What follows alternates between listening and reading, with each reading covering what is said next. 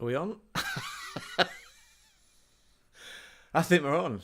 Hi, welcome into the stream. We're back at you once again. We did a live stream yesterday. That was a Monday where we were recapping all the games and all the goals from match day 29 in the Bundesliga. And do you know what? It seemed to go down quite well. So I thought, sorry, we thought, didn't we? We thought we'll try it again with the Champions League in mind. So this is Tuesday, and we're in the UK. Later on this evening, Dortmund are going to be at home in the Westfalenstadion, playing in front of their yellow wall, trying to overturn a 4-goal deficit to Barcelona. And that's a Barcelona team with a rather intimidating front trio of Lewandowski, who of course is ex-Dortmund.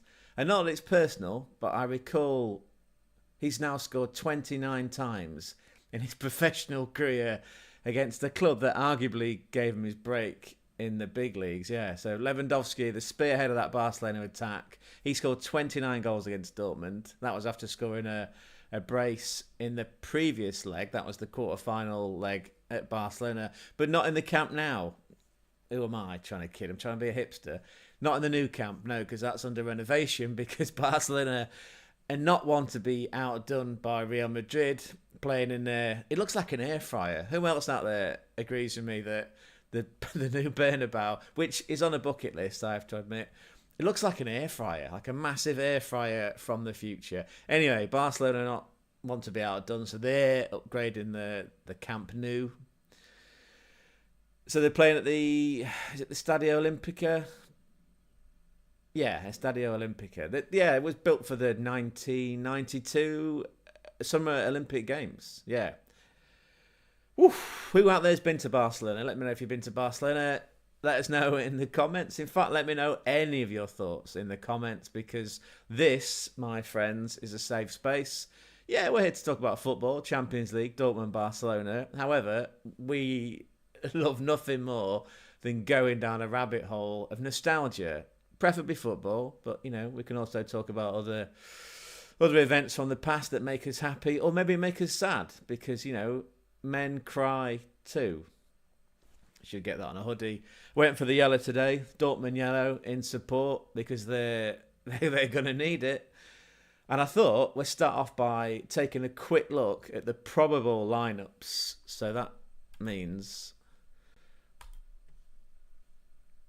there we go. Right, so let's have a look.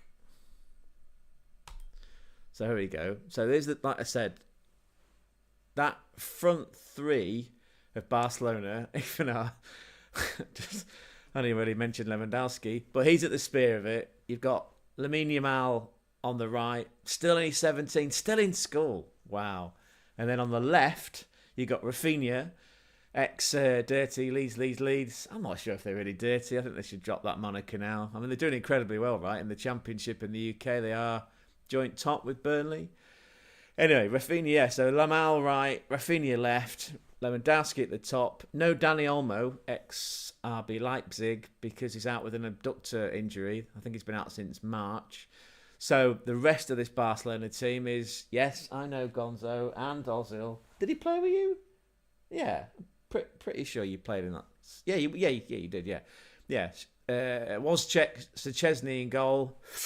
He liked to flag at half time. Didn't do him any harm, did it? Going on to play for Juventus. He's come back out of retirement as well, because he's covering for Ter Stegen. That's not bad, is it? 37-year-old still playing at the elite level of football, Champions League quarter-final. Wow, yeah, Szczesny in goal. That back four of Koundé, Kabasi, he's only 18, I recall. Ineteo Martinez, and then Martin on the right. You got Frankie de Jong and Pedri as part of a double pivot, because they're going 4-2-3-1. You got, and again, there'd be Lopez sitting behind Yamal, Rafinha, and then Lewandowski up front. And then what you're really here for, right, is to listen to the Dortmund team. So this is a Dortmund side that, in the Champions League so far this season, have scored 28 times. They have conceded 18 goals. Their home form, though, is worth mentioning because, again, they are 4 goals down, but they have scored 10 of those 28 goals at home. So, is it 10? I was looking at Aston Villa for a friend of mine, sorry. Oh, God, I'm way off with that. Actually, it can't be 10, can it? Because they scored 7 in one game against Celtic. Sorry, Celtic fans. So what's that? 7, what's that? 10, 13, 14. Oh, yeah, right, yeah, sorry, yeah, because they've scored equal amounts of goals at home and away, yeah. So they've scored 14 at home. They're going to need another 4 at least just to bring the tie level, and they're going to have to try and prohibit Barca from scoring because obviously the way it works. And is it thankful? I miss the away goals. I mean, we're going down a rabbit hole here, but I understand the logic behind the revised format of this Champions League this year with that league system, because it did mean that every game, had a meaning, right? It was more meaningful. There was none of this gentleman's agreement. Well, we've both qualified, and there's no way that the third and fourth team can catch us. So let's shake hands like. Was it Germany and Austria one year in a World Cup who just agreed to play the last 15 minutes in a neutral spirit and just see the game out? None of that went out the window, right? Because as we all witnessed, it came down to the match day 8, and it was super exciting. Not only in the Champions League, mind you, but also in the Europa League. It was proper drama. It was tense. Again, it was meaningful. So I really like that. It's just a shame that the away goal rules were taken out because, again, it's a bit of an eccentric idea, but, asking teams to go away and score goals. Anyway, so they need 4 to at least draw this tie level. Dortmund's form at home played, what's that? 1, 2, 3, 4, 5, 6. So played 6, drawn 2. Interestingly, they've only lost 1, and that was the previous game against Barcelona when it was a narrow loss. In fact, that was a game where Dortmund came from behind twice, and then Barcelona scored late on. That was Ferran Torres with that goal. And then 4 wins at home, again, including an absolute thumping of Celtic 4-1. So home form Champions League this season is good. Let's take another look at that lineup because, again, I am slightly scatterbrained. Right, so Kerbal in goal. This is pretty much the same team as Dortmund in the De Klassiker. If you haven't watched that, by the way, we created a video which you can see here. We did a pre and a post-game analysis of De Klassiker, where, again, it's a game where Dortmund went 1-0 up. I don't want to keep covering old ground, but, Dortmund go 1 up. They fight back from 2-1 down. They bring it back to 2-2. Pascal Gross has a chance late on to win it 3-2. Maxi Bay goes off because that kid just keeps running and running and running. If it had stayed on, there's a chance that Dortmund could have snatched all 3 points in that game. Anyway, as it is, it's the same. Actually, no, there's one change. I tell a lie, there's one change, right? Kerbal in goal, back 3, which is very German. I think we said yesterday that's very Italian too, but it's very, very quintessential of a German team to line up with 3 at the back. So Soule, who's it's like 6'4", 5 foot wide with that distinct blonde hair. Soule, captain Emre Can, because he's the golden boy for Niko Kovac, and Valdemar Anton. There's your back 3. Julian Ryerson, personally, felt like he was the man of the match in that De Klassiker game because, again, he was up and down on that right-hand side. He was tracking back. He was... In fact, actually, let's do what I said I would try not do too much. Fixtures results, De Klassiker. I'm just curious because you can, with the stats, I just thought he might have shown up here. Yeah, here you go. Oh no, it's his Fantasy League points. But if we click into him, and by the way, if there's anybody out there who is familiar with OBS and you can enlighten me as to how to figure out making the right mouse button click work so I can go back within a browser screen, that would be very much appreciated. We're all on this learning journey together, aren't we? Right, so that was the lineup for Saturday. let's have a look at Ryerson. Here we go. Look. So, last game. Players in midfield. He covered a distance of 11.5 kilometres with 31 sprints. I'm calling it out just because, yeah, he was up and down. He was tracking. He was tracking his man in that game. Sané, right? So we had to keep an eye on Sané, and then Gnabry. All right, he did fall asleep for that wonderful Serge Gnabry slalomed goal, the go-ahead goal that put Munich ahead. Other than that, though, yeah, he was brilliant. He was up and down. He was putting crosses. In fact, let's really go down the rabbit hole, which is what we would do again if Julian Ryerson.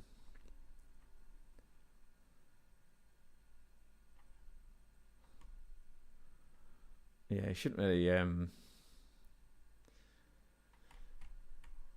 allow for dead air space on a stream. What are we trying to figure out?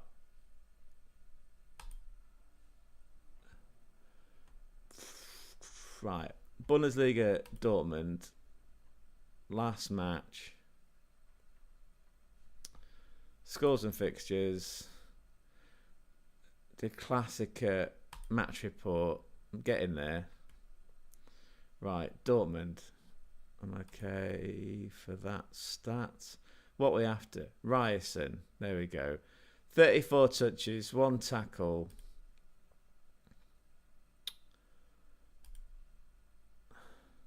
Five crosses. There you go. So there was a point for that.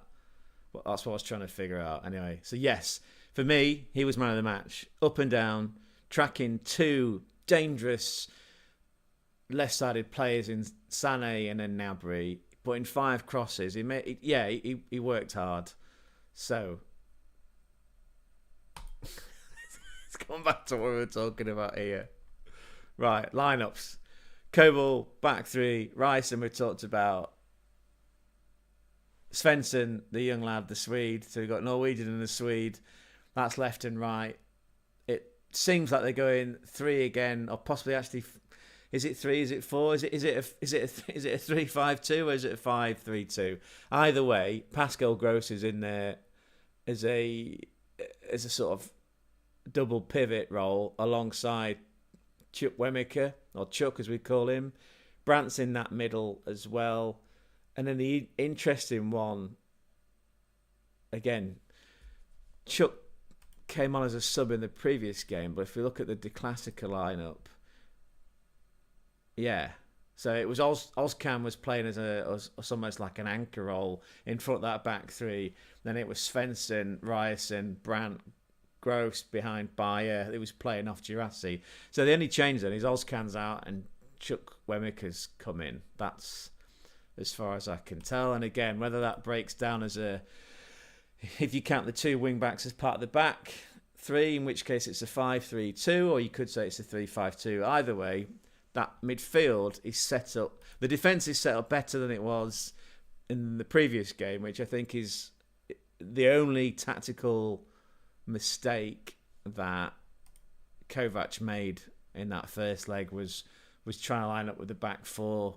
Again, similar to the problems that Vincent Kompany's got at Munich, that he's trying to patch together a team with a growing injury list, along with the fact that Pascal Gross was suspended for that previous time. They really missed him. And there's no Felix and Cech in the starting lineup because he's, again, I mean, this guy here, Mesut Ozil, gets a lot of grief for, he's a Marmite or Vegemite player. He blows hot and cold. Daddy or chips, do you like him, do you not? He goes missing in games. It felt like Nemeka went missing in that first tie as well, which explains why he's out and Chuck Wemmeke is starting. So, yeah, there you go. So you kind of got that. You got a midfield 3 of Gross sat in the middle, again, more defensive-minded, being able to chase Harry, tackle, win the balls, and lay it off to someone like Chuck Wemmeke and Brandt. Again, yeah, Brandt gets a lot of shit as well. We like him, not only because he's linked with Arsenal on a perennial basis, but somewhere in there is an extremely skillful playmaker that could turn this game around. And Jurassic was fabulous. Fabulous in the Classica. I mean, effectively, it's a shame he couldn't claim the assist because it came... the equaliser from Anton came from Erbig pulling off a reaction save, and he just smashes the ball in. But there was a great bit of like futsal skill going on. You know, he flicks the ball twice, swivels, puts a volley in again, and produces the save, and they score the goal from it. So yeah, very different from that first game where I made that quip about the Dortmund 5 and Taffman. If you see this, then yes, we do need to work on that script. Just sounding like a prison drama. The Dortmund 5 escape from Barcelona. You know, we're drafting Kurt Russell as Russell Brand and Michael Caine playing Emre Can, but he'd have to darken up a bit. And then it's interesting that Adeyemi's coming in for Maxi Baye, so that could imply that Maxi Baye is knackered because he, like I say, he did run his socks off. It's a classic colloquialism, isn't it, from football? Very English one, that. Ran his socks off. Don't know how that translates into German. Please let me know in the comments down below. So there you go, yeah. So that's the two lineups. Again, it's a 4-goal deficit. Barca are on fire. They have scored... Actually, I think they won 1-0 right on the weekend against Leganes. Let's just quickly check that because I'm interested. Yeah, it was a now 1-0 win. So they've now scored 59 times in this calendar year. They're unbeaten in 24 consecutive games. And in the Champions League, I'll just have to quickly look at this. Bear with me, people. Your call is important to us. They've scored 36 times. And I can tell you how well I've done away. I just need a second. Sorry. Trying to make this magic happen. In the background. Barcelona away. Champions League. 15 goals in the Champions League. And in terms of their performances, Champions League away from home, they lost the first game to Monaco, which was a blip. Otherwise, 1, 2, 3... It's 4 straight wins. 4 straight wins in the Champions League. And in terms of goals, 6, 9... Actually, do it the other way around. 10, 14, 15. Yeah. 4 straight wins, 15 goals in the Champions League, and 4-0 up in this game. Wow. Okay, then. So, let's make a prediction for this. Let's come here, look, and this you can see on this screen. So again, maximising. Oh, it's a shame that Maxi Baye wasn't in because that would have been a nice segue. Maximising the skill that Julian Brandt has got inside himself. And actually, just slight side note, I was looking up previous Champions League games where Dortmund have overturned a first leg margin to win. So obviously last season was Atletico Madrid, but they lost 2-1 in that first leg, and then obviously they go on to win 5-4. So it was really only a 1-goal deficit. The other interesting one was when Jurgen Klopp was in charge of BVB back in the 2012-13 Champions League season, where they play Malaga. So the first leg is 0-0 away in Spain. They come back to the Westfalen. They go 1-0 down. They pull it back to 1-0. They're 2-1 down. And then they score those 2 incredible late goals, which I was looking at this before, yeah. So they score in the 91st and the 94th minute to win that game 3-2 and go through to the final to meet their old enemy. So they have done it before. They have turned around deficits. Not to this scale, though. This feels like, well, let alone the Dortmund 5 have to climb the north face of the Eiger. That's what this feels like. You know, it's going to be extremely tough. We think they'll at least score 3, but with that Barcelona goal, that means they'll lose 5-3 in aggregate. Which, you know, all things considered, looking at that Barcelona side and the raw attacking youthful prowess that they've got. the record that they're on, the amount of goals that they score, the freedom with which they play with, to go down 5-3 against that team, I don't think there's any shame in that. Of course they'll want to win it, right? Of course they'll want my prediction to be 5-1, 6-1. They're not scoring 6 at home, right? Actually, I don't know how many times they've done that previously this season. We can check. Let's have a look at that one. Let's go down that rabbit hole. Fixtures, home games. Well, they did score 7 against Celtic, like we called out before. Did beat Union Berlin 6-0. Of course they did, yeah, because that was 4 assists from Pascal Gross, 4 goals from Girassi. So they have scored more than 5 at home twice this season. There's a lot of 4s as well in there. 4-2 against Heidenheim, 4-2 against Bochum, 4-0 against Freiburg in the home leg, 4-1 previously in match day 28. That was an away tie, though.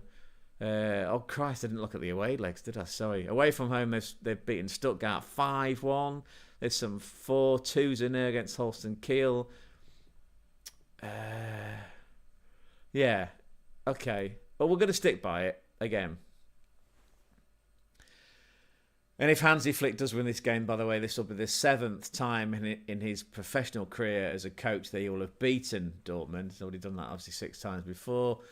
Previously, but interesting, both managers used to manage Bayern Munich. So, yeah, there's a kind of, I guess, there's a mutual respect. But Kovac and his brother, is it Robert or Edin? One of the two. Again, if you know, you want to correct me, 50-50. I'm sure it's... I've got to check that now. What's his name? Niko Kovac, brother. Robert, there you go. Robert Kovac is his brother. I knew we'd get there in the end. Right. So, yeah, there you go. We've covered the lineups. We've talked about the form. We've given you some analysis. We've made a prediction. Feels like we can tap out on this one. Chat's pretty quiet, but that's okay because it's a pretty wet day. Most people are probably travelling to this game. There's probably lots of Spaniards that are taking that rain on the plane with them to Germany. There'll be a big crowd, though. I believe is it 7? There must be 68,000 at least. Westfalen, Dortmund.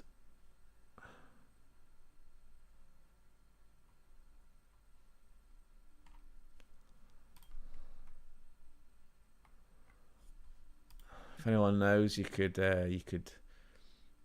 support me.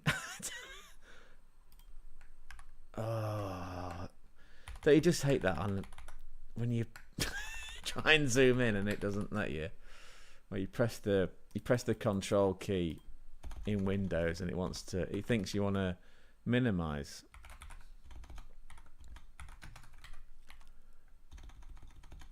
I just want to look.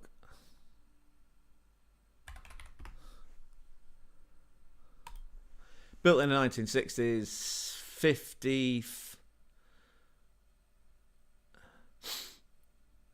80,000, give or take. Let's be generous and say there's 5,000 Barcelona fans. So, yeah, still 75,000 for the 14th largest supported club in the world. Wow. There you go. Right. We've done the teams. Done some form, we've looked at the goals, we've given you some analysis. Our prediction's 3-1. I think we'll call it there. Yeah. Unless there's any other business. Any other business, Gonzo? Miss it? No? Okay. Right. It is a 8 p.m. kickoff UK or GMT, 9 o'clock kickoff CET, whatever that is in American money. We'll be back tomorrow and Wednesday to give you a reaction, unless it gets done this evening post game like most slick content creators do. Otherwise, we're back again tomorrow morning anyway, because we're going to preview the second leg of Munich versus Inter. That's a Munich team that's 2-1 down, travelling over to Italy to the the